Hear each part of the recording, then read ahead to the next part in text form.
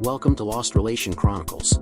Before we start today's story, we would like to inform you that a friend of ours has started a YouTube channel where he has picked up the story, A Sniper's Fight for Survival, and has put up a different version of the story.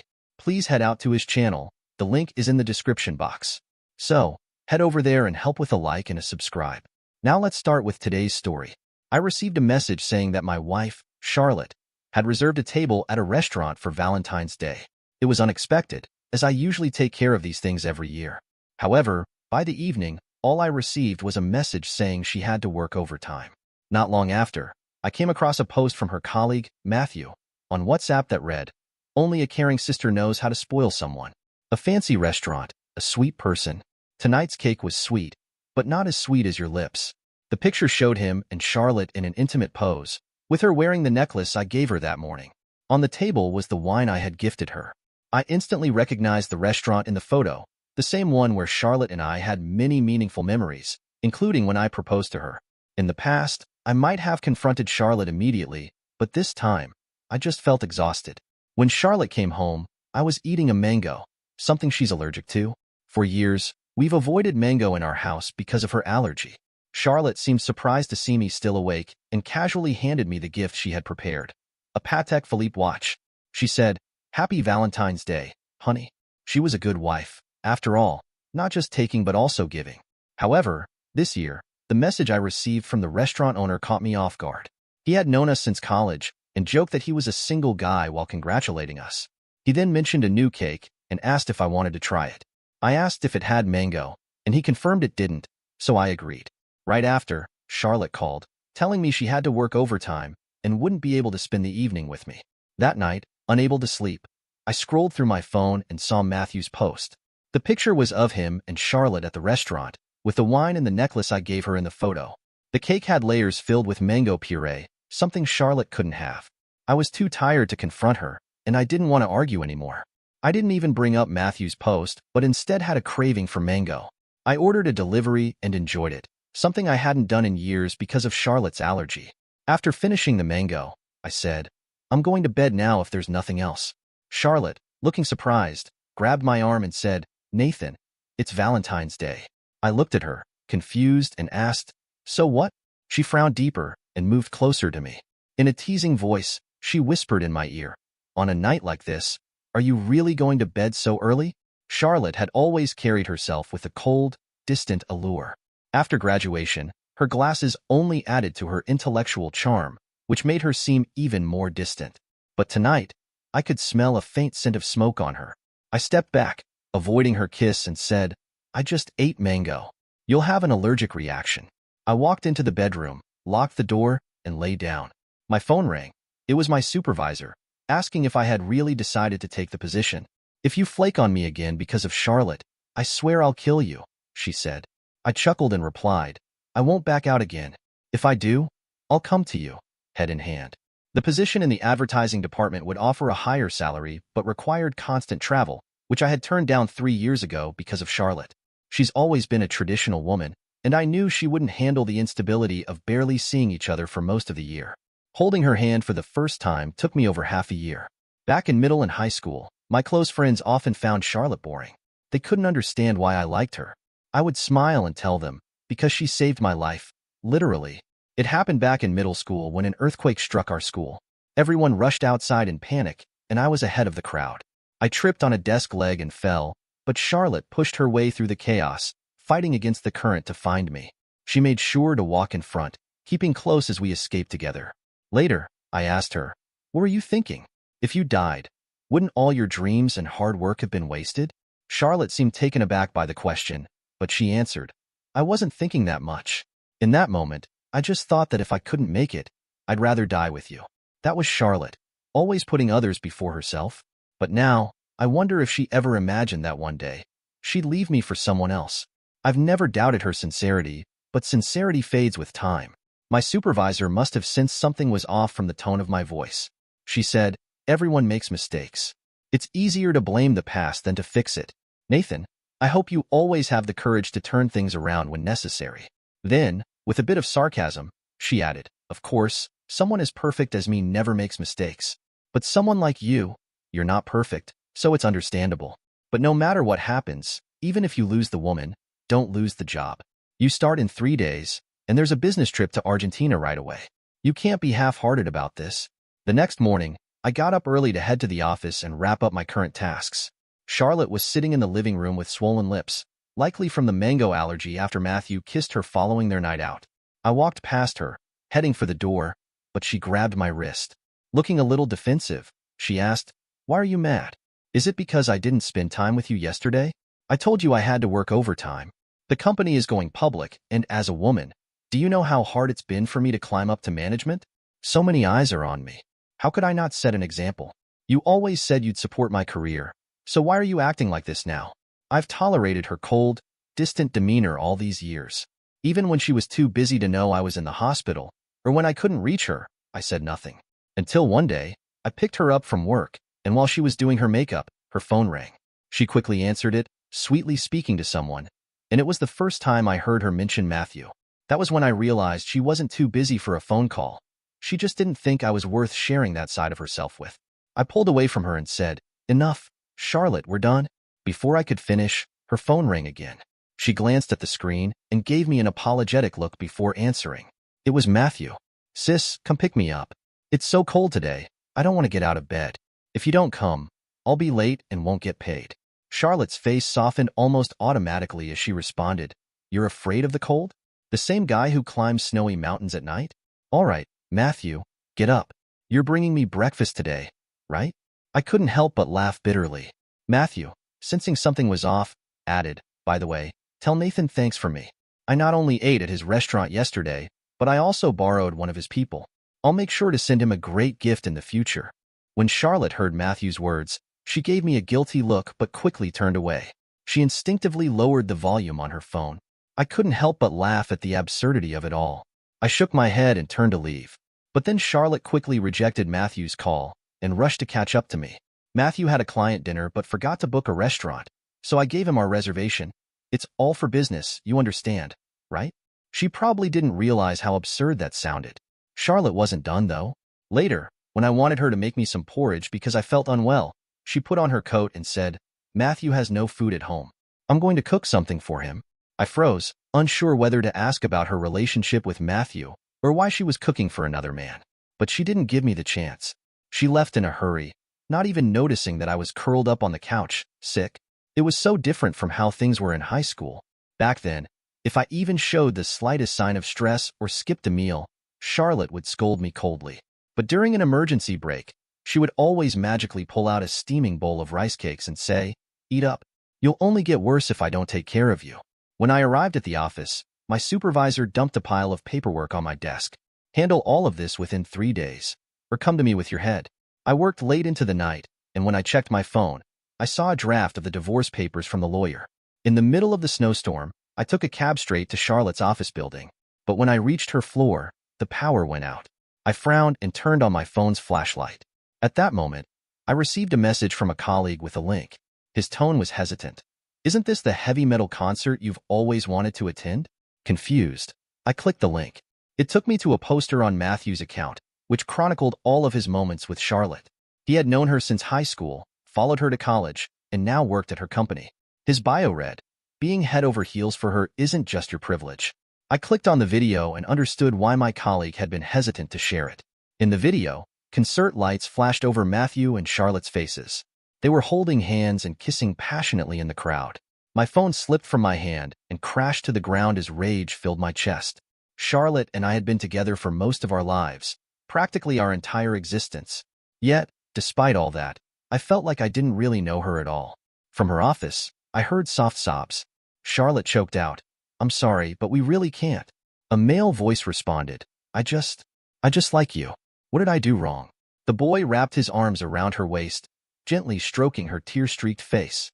Matthew kissed Charlotte's cheek, his eyes filled with sadness. I watched as his hand slid from her waist up to the back of her head. In the darkness, they shared a long, lingering kiss. Bang! The power returned, and the lights flooded the room. They finally noticed me standing at the door. Matthew quickly said, "Nathan, it's not what it looks like. I'm just too in love with her. It's not Charlotte's fault." Charlotte looked dazed when she saw me. Her lips were slightly parted, still glistening with moisture. "Nathan, why are you?" Here? She asked. I looked at her calmly and then walked over to Matthew with a smile. But in the next second, I slammed my fist into his face. Before he could even fall, I grabbed him by the collar, pulled him closer, and glared at him viciously. This punch is for your pathetic face. I've met a lot of pretentious women, but I've never met a male one until now. Makes me sick. He tried to argue, but in an instant, I threw a right hook into his stomach, the force making him double over in pain and collapse. Charlotte snapped out of her daze, just about to speak, when I backhanded her across the face. She clutched her cheek, her eyes filling with tears. She looked hurt. I coldly removed my wedding ring and tossed it at her like trash. When it hit her, she finally began to sob, her tears streaming down her swollen cheeks. Nathan, don't do this. Please just listen to me. I cut her off, handing her the printed divorce papers. Charlotte, we're getting a divorce. Charlotte disregarded all dignity and chased me downstairs from the office. Nathan, please listen to me. It's not what you think. Half the building was watching and embarrassed. I flagged down a cab, ready to leave. Amid the falling snow, Charlotte pressed against the car door, not letting me close it. Her expression was almost pleading as she said, "There's really nothing between us. He's just a kid. He doesn't know any better." I sneered. He's not grown up yet. So, you're just teaching him how to kiss in advance, huh? My tone was flat. She looked at me, her eyes red, as though staring at a ship that was never coming back. She choked out, "Don't look at me like that, Nathan. Please don't look at me like that. We've been together for over 10 years. I can't live without you. Matthew was just an accident." Her voice grew quieter and quieter. But then someone called out from behind her, "Charlotte, Matthew's gone up to the rooftop. Come quick." She instinctively let go and turned around. I let out a derisive laugh and slammed the car door shut without hesitation. In the rearview mirror, I saw Charlotte take a few steps after me, but then she stopped, turning back to run into the building. I closed my eyes. Once the anger subsided, the stabbing pain in my chest finally hit me. The driver glanced at me through the rearview mirror. His voice was full of concern. "Hey, kid. You all right?" I wiped my face, turning my head away, and remained silent. Back home, I started packing up my belongings. Not long after, both Charlotte's parents and my parents called me. I thought bitterly, Charlotte sure is busy. She has to calm Matthew down from jumping off a building, but she still has time to inform both sets of parents to play peacemakers. Charlotte and I had been together for over 10 years. Our bond was more tangled and difficult to sever than most couples. In the end, all my parents said was, "Son, we just want you to make decisions that lead to your happiness." Once I finished packing my things, I opened the door, only to find Charlotte standing there, her face filled with devastation. Charlotte looked like a child who'd been caught doing something wrong, trembling as she reached out for my hand. "Nathan, please don't leave. Let me explain everything." I stared at her silently, and then she broke down. "I'm begging you. Hit me, scold me, do whatever you want. Just don't look at me like that. Don't look at me like that." She pressed down on my suitcase, desperately trying to stop me from leaving. "Nathan, we promised we'd grow old together. Our parents are expecting us back in Beijing for the new year. You can't leave me now. Mom and Dad miss you so much." I sighed deeply, looking at her. "What do you want, Charlotte?" She nearly collapsed to her knees, hugging my leg, her tears soaking through my clothes. She sobbed uncontrollably, pleading, "Please give me another chance. I promise I'll do better." I didn't answer her immediately. Instead, my gaze fell upon the old college graduation photo that had slipped out while I was packing. When I looked closer, I realized something. In the photo, it wasn't just Charlotte and me. Matthew was there too, standing in the background beneath a tree, gazing at Charlotte. And Charlotte's eyes weren't on me. They were on him. So, it had started that early, hadn't it? I thought those moments had been just between Charlotte and me, but all along, there had been someone else in the picture. Charlotte trembled as she avoided meeting my eyes, like a criminal awaiting punishment. To her surprise, I spoke softly, "All right?"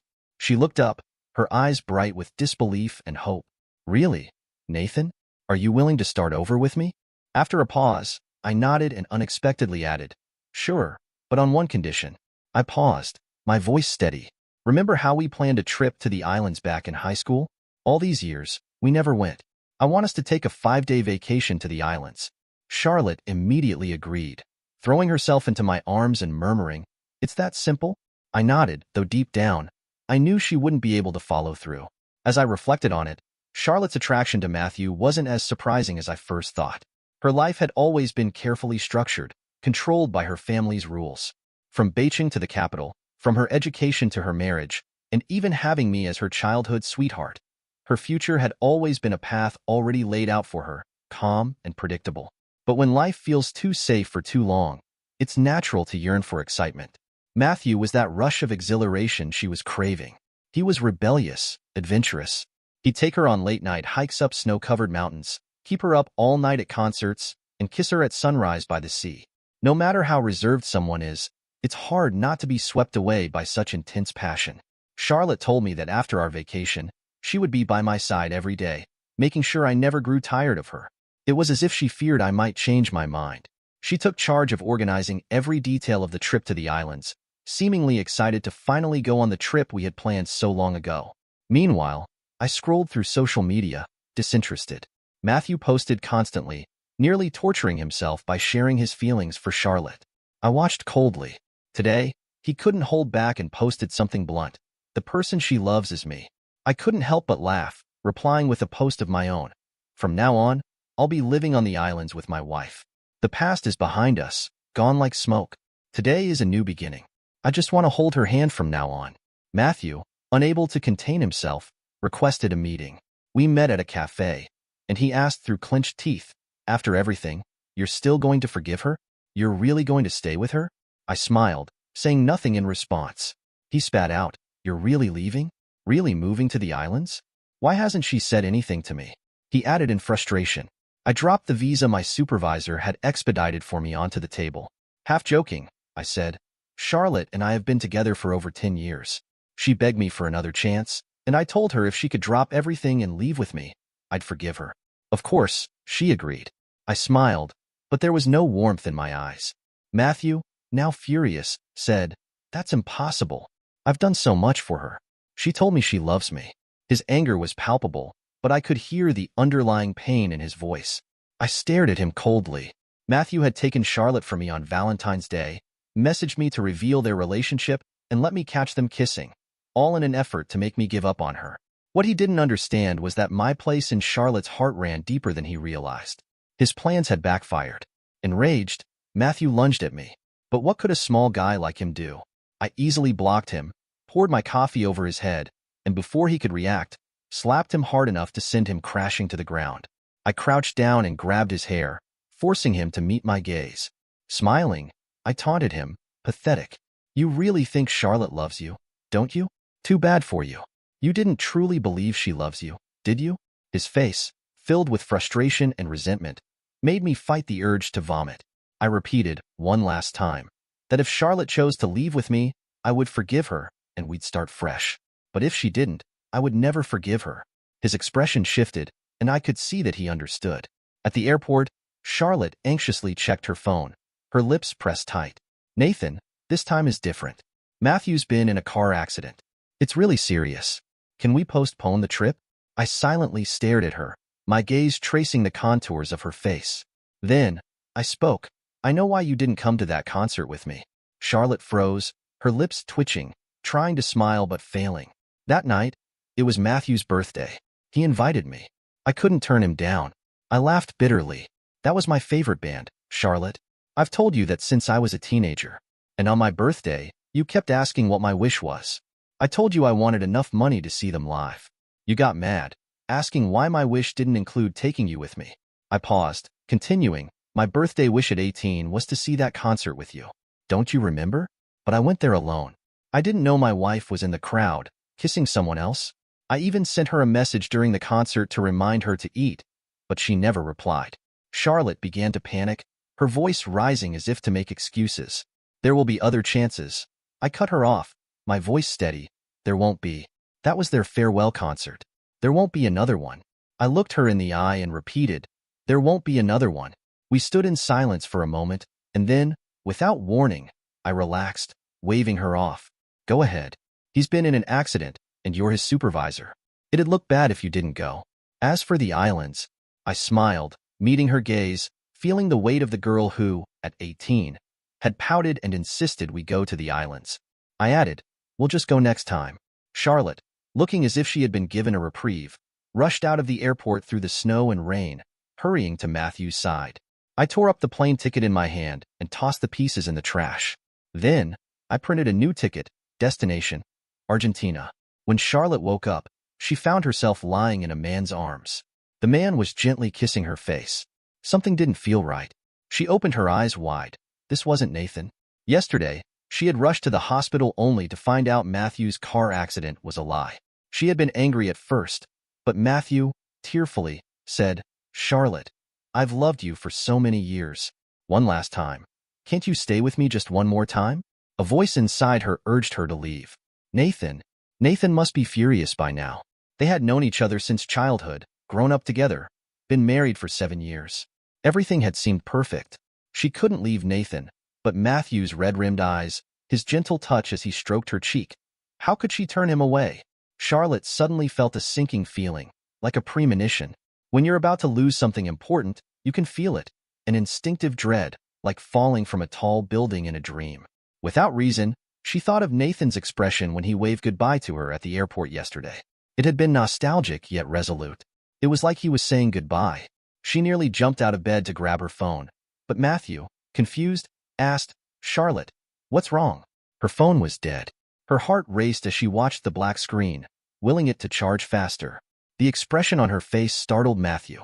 Finally, the phone powered on, and a call came in. It was her mother, yelling at her. It took Charlotte a moment to comprehend what was happening. Nathan had gathered evidence of her affair with Matthew and created a PowerPoint presentation, complete with attachments, and sent it to all their family, friends, and colleagues. The final slide had Nathan's typical touch, a photoshopped image of her and Matthew's wedding with a handwritten note that read, "Let's wish this pair of cheaters a lifetime of childless, everlasting happiness." After hanging up, she opened her messages.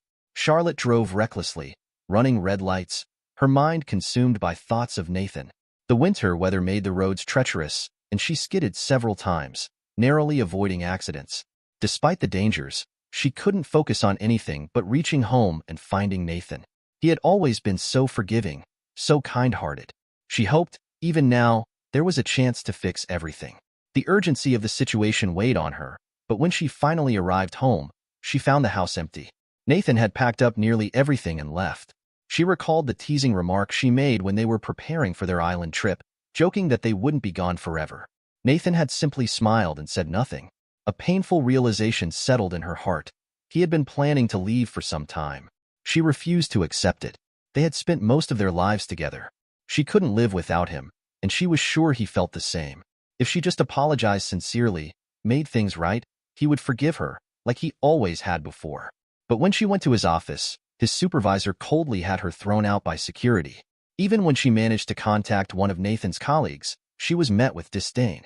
Days passed as she searched for him, only to find out that Nathan had taken a new job and was now traveling non-stop, with no set return date. His absence seemed intentional, a slow separation she hadn't seen coming.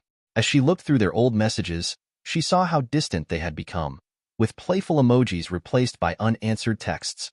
His social media posts were now devoid of any reference to their life together, just a quote that said, "When did you decide to break up?" "When you realized your future would feel like suffocation every single day. After finishing my business, I decided to take some time to explore Argentina." The country, 22,000 kilometers away from home, was basking in the middle of summer, with the sun casting a golden glow over everything. In Buenos Aires, tango dancers twirled in the streets, and the air was a mix of European charm and Latin passion. A business partner had invited me to Mendoza, where the vineyards sprawled under the summer sun, stretching like a green sea of vines. As I sipped on Malbec wine, Charlotte's call came through. Her voice was hoarse as she asked, "Nathan, where are you?" I paused, taking a sip of wine before replying, "On the other side of the world." "What do you want? If you've signed the divorce papers, send them to my office. If not, don't bother calling." She went silent, and just as I was about to hang up, she suddenly said, "I'm sorry." Her sobs reached me, filled with helplessness and pain, like a child lost in a crowded store. "Nathan, I'm sorry. Please forgive me. Tell me what to do, and I'll do anything. 20 years. We've been together for over 20 years.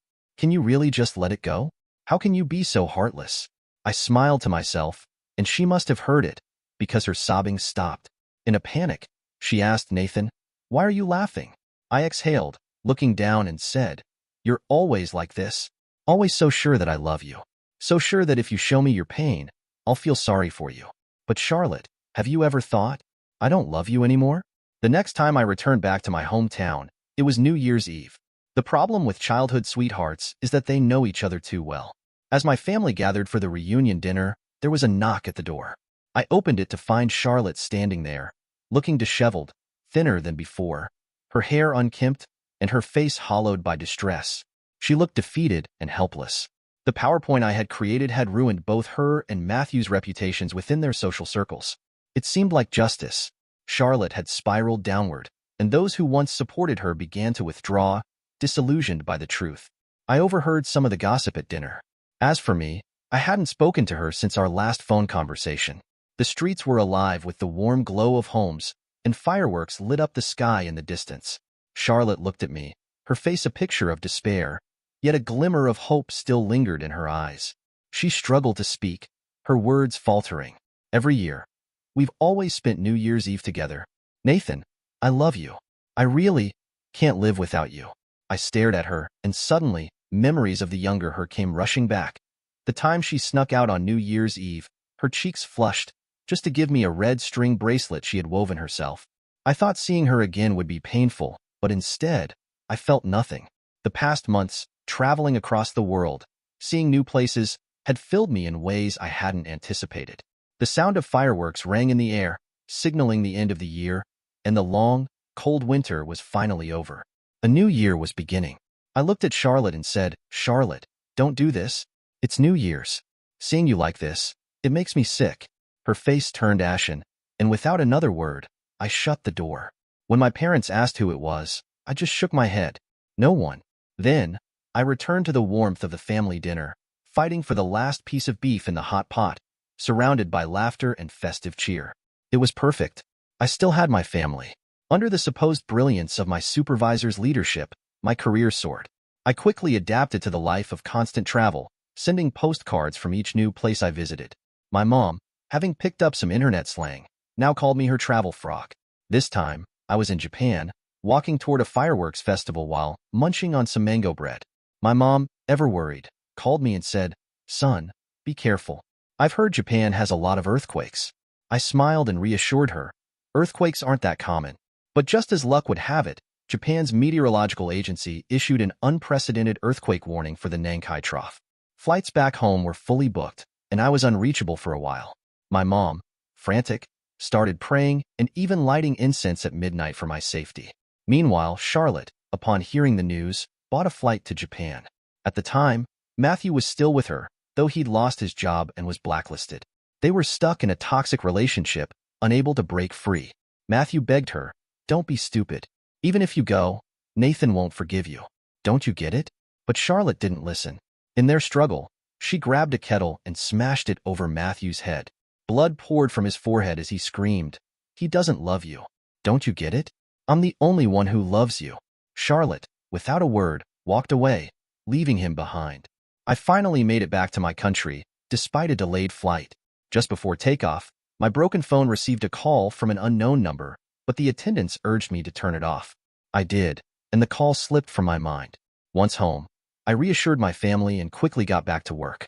That is, until Matthew appeared outside my office building. He was no longer the confident man he once was, red-eyed and disheveled. "Where's Charlotte? Give me back my Charlotte," he demanded. I frowned, looking at him through the glass door, wondering how he'd become such a mess. Charlotte had arrived in Japan before the earthquake, and now it all clicked. I remembered the strange call from earlier, but I kept my calm and had security remove Matthew. I told him, "I don't care. She's your girlfriend now, not mine." The bad news came from Charlotte's parents, who eventually informed my family. Charlotte had traced me to the inn where I was staying, but when she tried to reach me, all she got was a busy signal. She believed I was ignoring her on purpose. So, she tracked me down, and that's when the building collapsed. My mother, heavy with sorrow, told me the news. Charlotte hadn't survived the collapse. She had been crushed, her legs shattered. Whether she would ever walk again was uncertain. My mom cautiously asked, "Son, are you going to visit her?" I shook my head, replying, "No. Charlotte and we have nothing to do with each other anymore." After hanging up, I looked out the window of another new country. What beauty awaited me here? I couldn't wait to see it. As for the past, the events of yesterday die with yesterday. The events of today are born anew. I hoped everyone could find the courage to flip the table and start fresh. Dear listeners, please share your thoughts in the comments section below and don't forget to like, share, and subscribe.